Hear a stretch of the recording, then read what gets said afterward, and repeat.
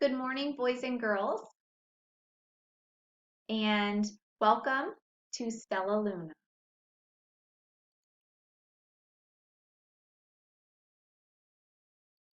Stellaluna by Janelle Cannon.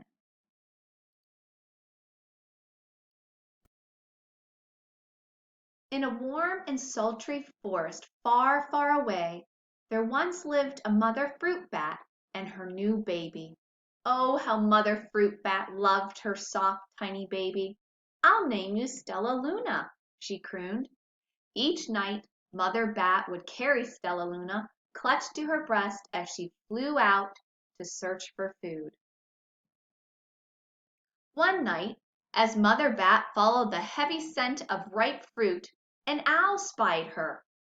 On silent wings the powerful bird swooped down upon the bats. Dodging and shrieking, Mother Bat tried to escape, but the owl struck again and again, knocking Stellaluna into the air. Her baby wings were as limp and useless as wet paper.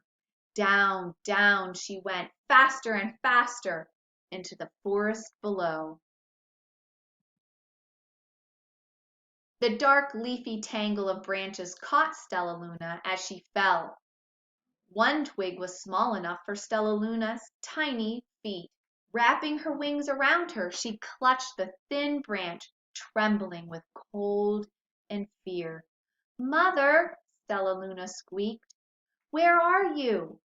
By daybreak, the baby bat could hold on no longer. Down, down again she dropped. Flump! Stellaluna landed head first in a soft, downy nest, startling the three baby birds who lived there. Stellaluna quickly clambered from the nest and hung out of sight below it. She listened to the babble of the three birds. "What was that?" cried Flap. "I don't know, but it's hanging by its feet," chirped Flitter. "Shh! Here comes Mamma," hissed Pip. Many, many times that day Mamma Bird flew away, always returning with food for her babies. Stellaluna was terribly hungry, but not for that crawly thing Mamma Bird brought. Finally, though, the little bat could bear it no longer. She climbed into the nest, closed her eyes, and opened her mouth. Plop! In dropped a big green grasshopper. Stellaluna learned to be like the birds. She stayed awake all day and slept at night. She ate bugs even though they tasted awful. Her bat ways were quickly disappearing, except for one thing. Stellaluna still liked to sleep, hanging by her feet. Once, when Mamma was away, the curious baby birds decided to try it too. When Mamma Bird came home, she saw 8 tiny feet gripping the edge of the nest. "Eek!" she cried. "Get back up here this instant! You're going to fall and break your necks." The birds clambered back into the nest, but Mamma Bird stopped Stellaluna. "You are teaching my children to do bad things. I will not let you back into this nest unless you promise to obey all the rules of this house." Stellaluna promised. She ate bugs without making faces, she slept in the nest at night, and she didn't hang by her feet. Stellaluna behaved as a good bird should. All the babies grew quickly. Soon the nest became crowded. Mamma Bird told them that it was time to learn to fly. One by one, Pip, Flitter, Flap, and Stellaluna jumped from the nest. Their wings worked. "I'm just like them," thought Stellaluna. "I can fly too." Pip, Flitter, and Flap landed gracefully on a branch. Stellaluna tried to do the same. How embarrassing! "I will fly all day," Stellaluna told herself. "Then no one will see how clumsy I am." The next day, Pip, Flitter, Flap, and Stellaluna went flying far from home. They flew for hours, exercising their new wings. The sun is setting, warned Flitter. We had better go home, or we will get lost in the dark, said Flap. But Stellaluna had flown far ahead and was nowhere to be seen. The three anxious birds went home without her. All alone, Stellaluna flew and flew until her wings ached and she dropped into a tree. I promised not to hang by my feet, Stellaluna sighed. So she hung by her thumbs and soon fell asleep. She didn't hear the soft sound of wings coming near. Hey, a loud voice said. Why are you hanging upside down? Stellaluna's eyes opened wide. She saw a most peculiar face. I'm not upside down. You are, Stellaluna said. Ah, but you're a bat. Bats hang by their feet. You are hanging by your thumbs. So that makes you upside down, the creature said.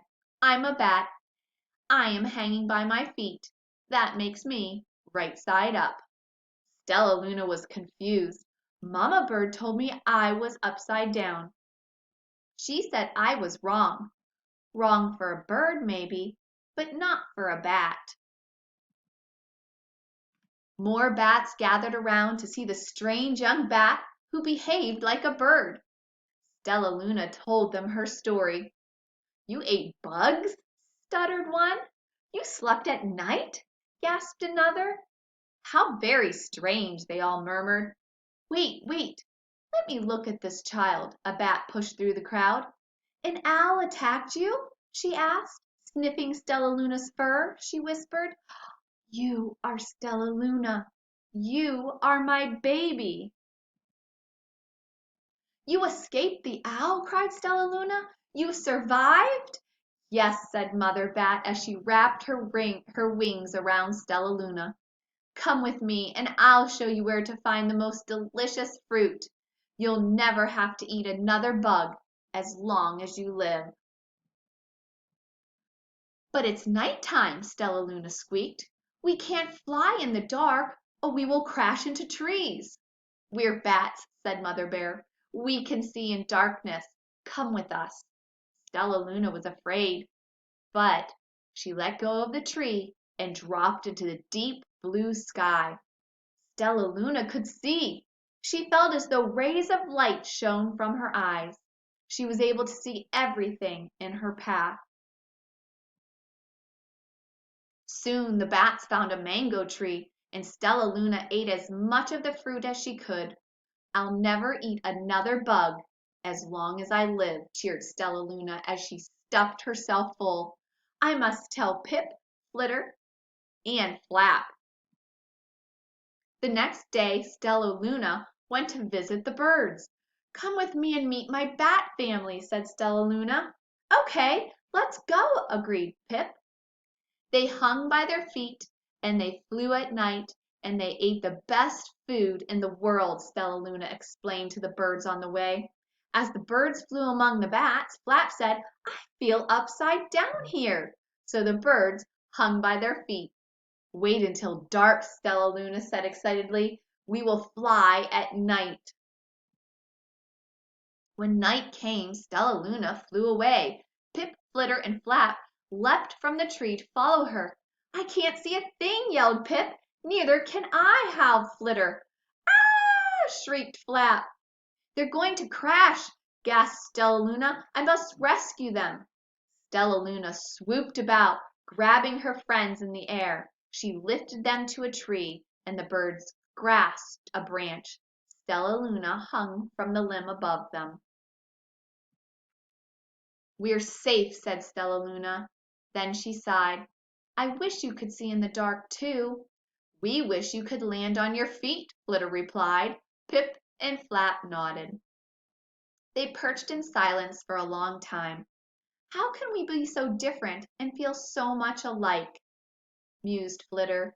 And how can we feel so different and be so much alike? Wondered Pip. I think this is quite a mystery, Flap chirped. I agree, said Stellaluna, but we're friends, and that's a fact. And there are some really cool bat notes in the back of the book. And I know third grade's getting ready to start learning about the rainforest, so we'll be learning a lot about bats. I hope you enjoyed the story of Stellaluna, the baby bat that lives in a bird's nest with a bird family.